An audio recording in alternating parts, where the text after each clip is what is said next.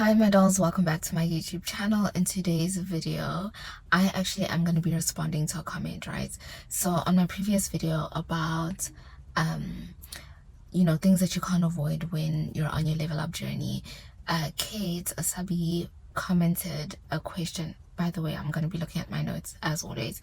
She asked, how do you avoid falling into old habits or interacting with people from the past without ruining your growth or evolution? And she also went on to ask, how do you manage like loneliness and how do you capitalize off of your alone time? So I am going to be splitting my response into 3 parts. In this video I will be tackling or diving into how you avoid falling into old habits. In my second part I will dive into how do you avoid interacting with people from the past without ruining your growth or evolution, right? And then in the last part I am gonna talk about how to capitalize off of your alone time. So make sure that you are subscribed so that you get notified every time I upload a video. And yeah, before we get into this video, I just want to say, guys, I hope that you guys are doing well. I hope that you guys are doing well. I know that in some parts of the country there are people who are currently like dealing or going through a heat wave. I'm one of those people. If you are, I hope that you are staying hydrated. And if you know someone, if you're not, but you know someone who is in one of those areas, guys, please check up on them because the heat wave is unbearable, to say the least. Okay, so yeah, let's get into it.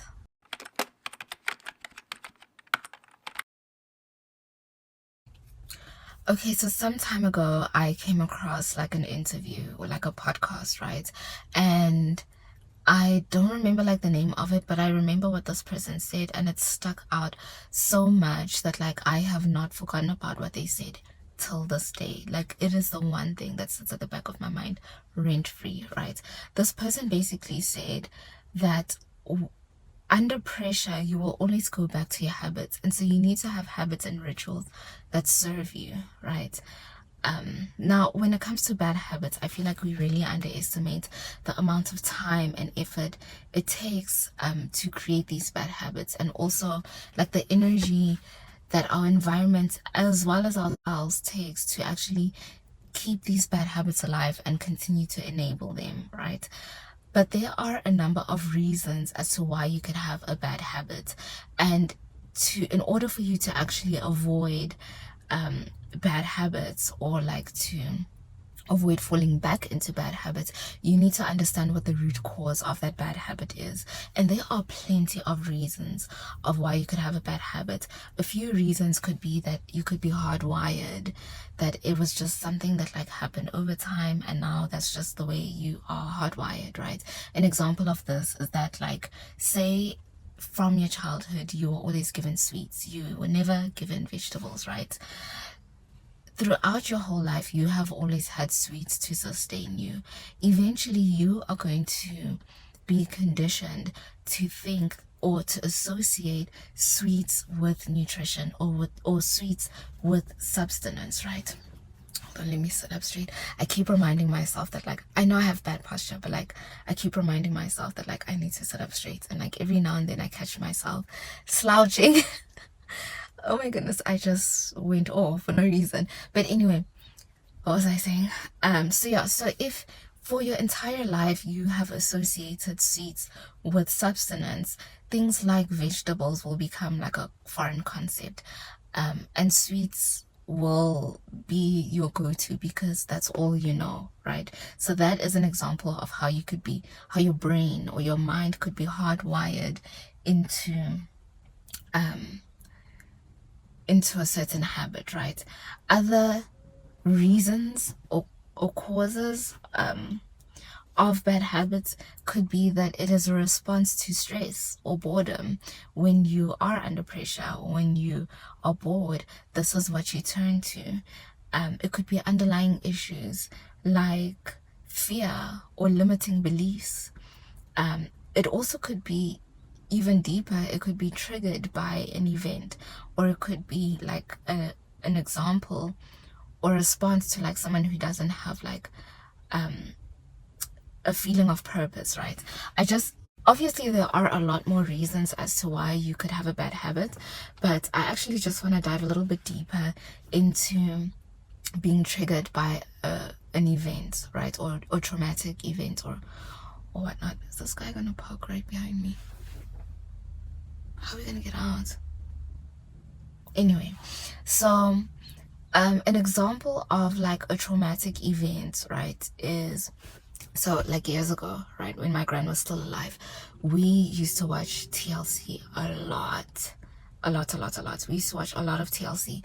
And on TLC, there's a TV show on about hoarders, right? And when you watch these TV shows about hoarders, you actually begin to notice certain patterns or the reason why they hoard. A lot of the time, people that hoard don't really keep material objects for the sake of keeping material objects. There's a sentimental meaning behind these objects, or there's a reason why they keep these objects. And an example of this was in one episode, there was a lady who used to, I mean, she hoarded a lot of stuff like toys. She hoarded toys, she hoarded a lot of stuff, right?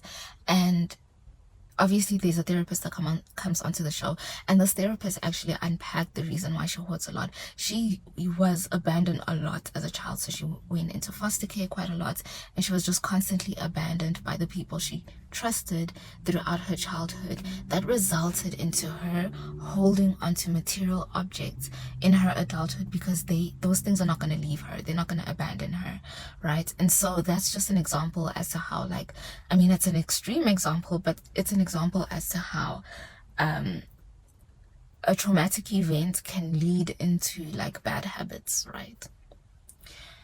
Anyway, but understanding what the root cause of your bad habit is or understanding why you fall into bad habits will help you solve the bad habits, right? However, this requires a lot of honesty. Like, you need to be very honest with yourself to face like the reason of like child abandonment. If that was your case, you'd have to face the reason of like and be honest with yourself as to like why you hardwired a certain way, and that requires a lot of honesty, which is not easy.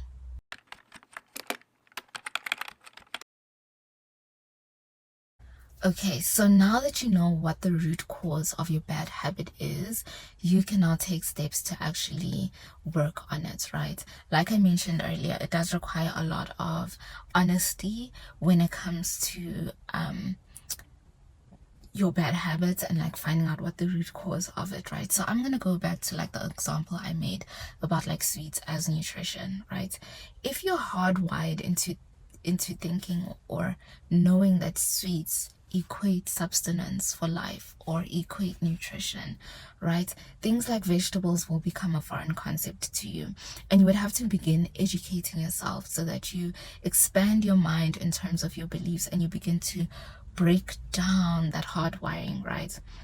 So maybe like learning about the benefits of vegetables can or will actually begin to alter your brain, and they will begin to shift your perception of nutrition, because if you've been hardwired a certain way, it's very hard to like imagine things a different way. And so educating yourself and informing yourself on literature that's based on facts and research will begin to alter your brain, instead of like trying to build a new habit without like an educational reason as to why you should change this thing, right? So once the changes begin in your mind, right, I feel like I say right a lot, right? Once you once the changes in your mind and you start educating yourself, once those changes in your mind begin, you will start to stretch your mind. You will start to like expand like the limitations or the reality that you have been hardwired into. And the more that you educate yourself, the more that like your better habits will begin to manifest in your life, is what I'm trying to say. So yeah, so the more that you educate yourself, the more better habits manifest themselves in your life. And this ultimately will begin to not only manifest like mentally and emotionally, but in your physical life. But this is a transition that does take time, right? But one thing you will come across is that your mind has known life to be a certain way for so long. And so the more you educate yourself, you begin to break down that like defense system or that familiarity, right? And you are going to be at war with yourself. I hate to say this, but this is the reality. Everyone goes through this. You are going to be at war with yourself. And so whenever you try to try a new meal or stick to a new routine, your body or your mind is gonna feel like that is so unfamiliar to what we know, and it's gonna do its best to try keep you safe. And so you are gonna, the voice in your head, the little dark voice in your head, is gonna say things like, maybe you don't deserve this, maybe this is not for people like us, maybe this is actually impossible, maybe you're like overreacting and like your bad habits aren't that bad and maybe you should hold on to them, right? Your biggest enemy will be your old self, because it is so used to life being a certain way that the thought of like changing or life a different way actually becomes like fear, like it becomes scary, and it's gonna do its best to try keep you in a familiar space. Even if that familiar space is unhealthy to you, it will do its best to keep you in a familiar space. And so it's important for you to continue to educate yourself and work on your traumas if you can. If you have the privilege of like seeking professional help. Also, I actually didn't mention this disclaimer in the beginning of the video, guys. I am not like a licensed practitioner. I'm not a psychologist. I'm not a therapist.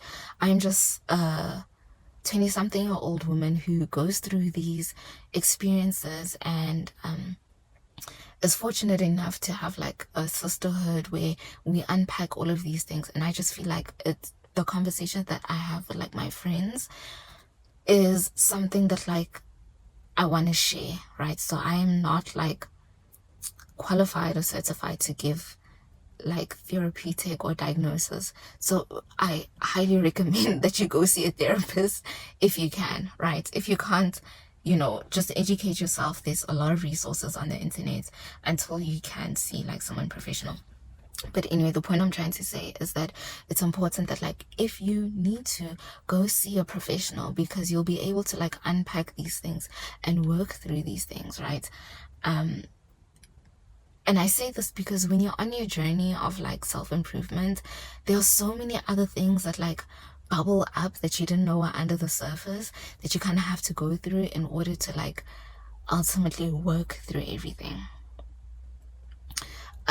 One last thing on the section is that like it's important to understand that like this phase where you dig deep at like the root cause of your bad habits is like one of the toughest to go through, right? And that's where a lot of people tend to like become stagnant, or they slow down, or see like a decline in their progress, because it's not nice. It's actually not nice. It is tough work, and it does require like a lot of honesty. It does require a lot of discipline.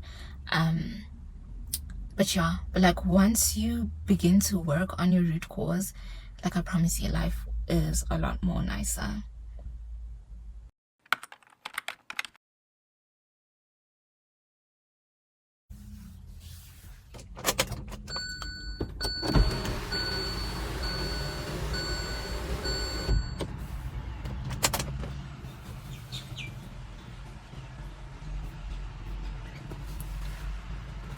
Okay, so the transition. Okay, I'm so sorry if it's a bit louder. I had to open the window because I am boiling in here.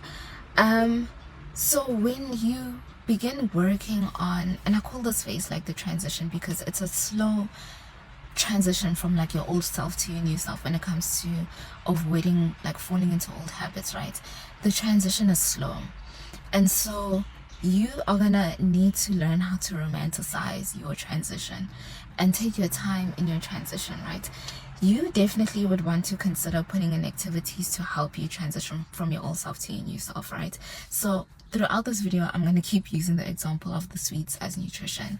You like jumping from sweets and straight into salads and going salads for like a week, I promise you, you will crash, right? And it will become really hard for you to like go back to salads once you crash. So it's better if like you start like for every like 2 sweets you have like 1 piece of vegetable for every, and slowly accumulate the amounts of like vegetables as you slowly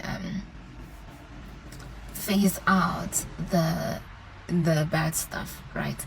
So you can implement activity in your life to kind of make it fun and make it part of your lifestyle. So examples of this could be affirmations. For some people, I mean, obviously you need to figure out what works for yourself, but like examples could be affirmations. So for some people, they work well with speaking things into existence. So maybe in the morning as you brush your teeth, or when you're doing your skincare in the morning, say like 5 affirmations. I deserve a healthy body. I am worthy of nutrition. I enjoy eating foods that sustain me and give me life. I enjoy feeding my body and connecting with my body in a healthy way. I deserve a healthy body that is constantly fed nutrition, right? If you decide to do affirmations, you need to be very careful not to speak negative, right? Because that will manifest. So you need to speak positivity into your life, right? So your affirmations should strictly be positive. Yeah. And I feel like over time that will help you break that layer. Also, just a side note, I started reading the Bible like some time ago, and I was stuck on Genesis for a very long time because I meditated so much on the fact that like God would never, when creating the world, God was very intentional about the words that were spoken out of his mouth. So the I am, whatever you put after I am, is very important because it will manifest. God never said let there be darkness. No, he just said let there be light. And he only manifested like good things. So just keep that in mind. Even if you're not religious, if you're spiritual, whatever, it does not necessarily apply to like Christianity.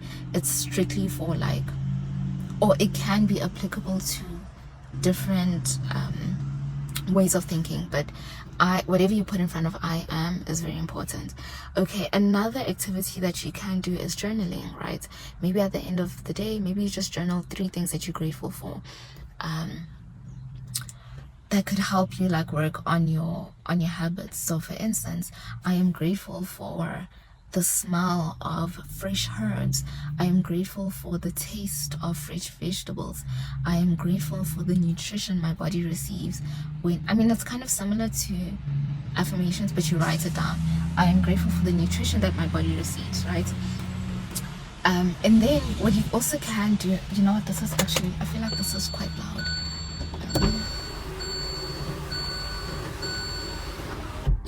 Sorry guys, it's like I keep hearing tracks and it sounds so loud.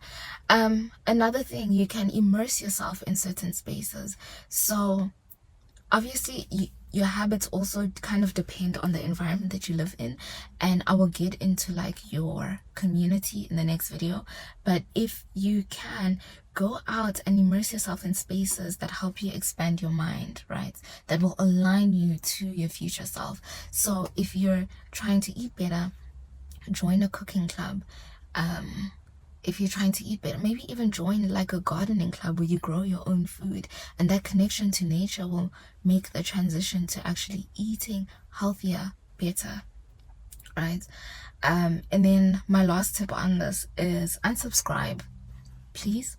Unsubscribe from TV shows, from movies, from music, and even conversations that enable your old self. So if you have friends, and again I'll dive deep in with like with people in your community in the next video.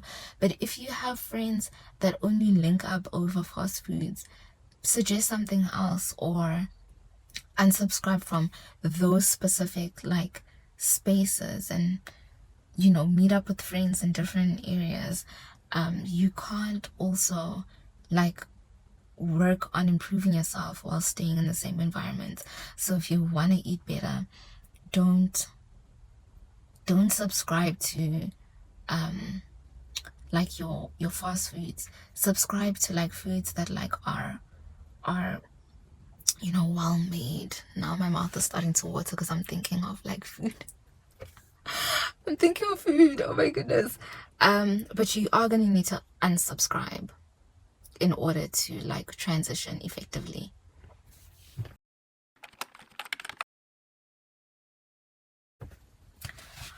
Alright, so when it comes to boundaries, right?